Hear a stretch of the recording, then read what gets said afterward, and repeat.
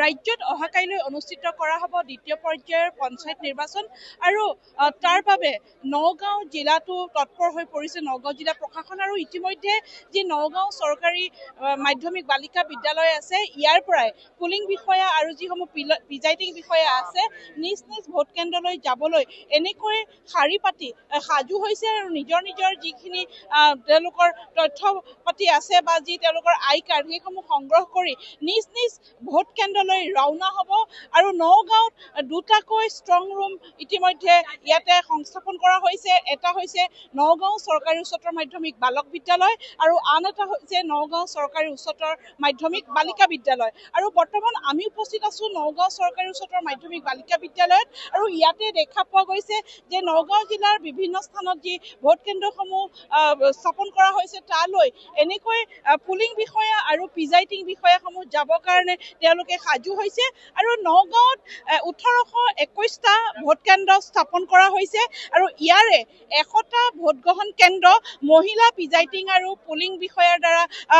পৰিচালিত হ'ব আৰু পঞ্চায়ত নিৰ্বাচনত এইবাৰ 170 গৰাকী ছেক্টৰ বিষয়া 43 গৰাকী জনেল বিষয়া আৰু লগতে নিয়োগ কৰাৰ লগতে প্ৰিজাইডিং বিষয়া নিয়োগ কৰিছে 1893 গৰাকী আৰু পুলিং বিষয়া নিয়োগ কৰিছে 1893 গৰাকী আৰু আমাৰ দৰ্শকক আমি এই যি পঞ্চায়ত দ্বিতীয় পৰ্যায়ৰ পঞ্চায়ত নিৰ্বাচনৰ যি নগাঁও জিলা প্ৰশাসনৰ ফালে যিসমূহ ব্যৱস্থা কৰা হৈছে তাৰ সবিশেষ আমি জনাবলৈ চেষ্টা কৰি আছো আৰু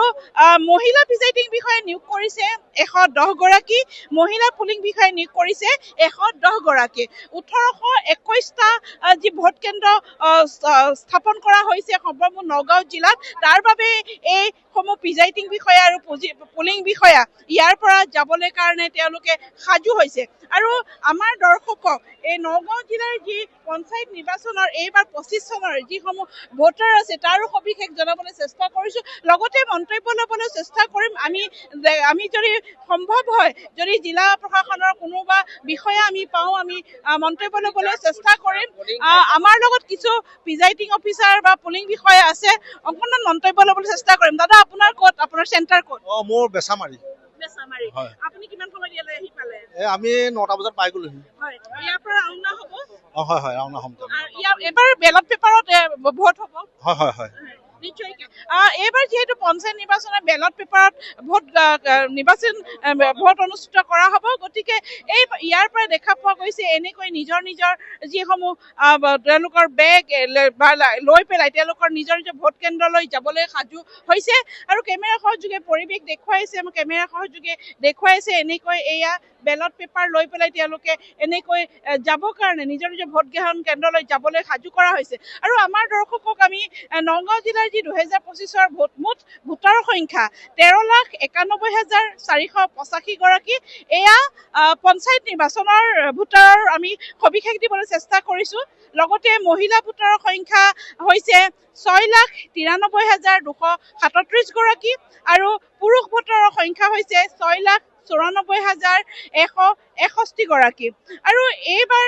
যি নগাঁও জিলাৰ যি 27খন জিলা পৰিষদৰ নিৰ্বাচন অহাকাইলৈ অনুষ্ঠিত হোৱাৰ কথা আছিলে কিন্তু তাৰে 6খন জিলা পৰিষদ ইতিমধ্যে বিজেপি প্ৰাৰ্থীয়ে বিনা প্ৰতিদ্বন্দ্বিতাৰে জয়ী হৈছে গতিকে 21খন জিলা পৰিষদত অহাকাইলৈ পঞ্চায়ত নিৰ্বাচন অনুষ্ঠিত হ'ব লগতে যি আঞ্চলিক পদৰ প্ৰাৰ্থী আছিলে 359 গৰাকী আৰু তাৰে ভিতৰতে 32 গৰাকী ইতিমধ্যে বিনা প্ৰতিদ্বন্দ্বিতাৰে জয়ী হৈছে গতিকে 327 গৰাকী আঞ্চলিক পদৰ প্ৰাৰ্থীৰ কাৰণে অহাকাইলৈ নিৰ্বাচন অনুষ্ঠিত হ'ব আৰু যি গাঁও পঞ্চায়তৰ সদস্য প্ৰাৰ্থী আছিলে 3,983 গৰাকী আৰু তাৰে ভিতৰতে 229 গৰাকী ইতিমধ্যে জয়ী হৈছে বিজেপি প্ৰাৰ্থী গতিকে 3,754 গৰাকী প্ৰাৰ্থীৰ কাৰণে অহাকাইলৈ এই নিৰ্বাচন অনুষ্ঠিত কৰা হ'ব আৰু এটা কথা আমি ক'ব লাগিব যে নগাঁও জিলাত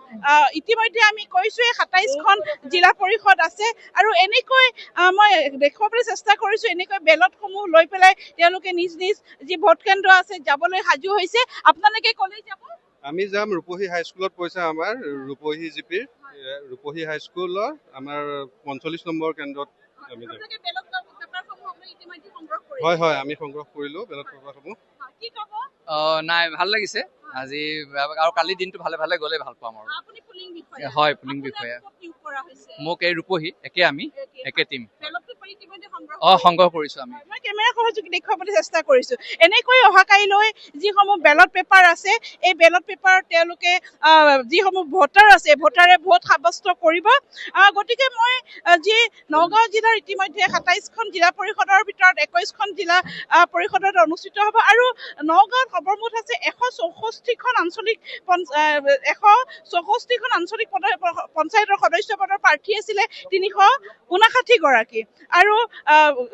গাঁও পঞ্চায়তৰ অন্তৰ্গত ১৬৪০টা ৱাৰ্ডৰ সদস্য পদৰ প্ৰাৰ্থী ৩৯৮ গৰাকী ৩,০০০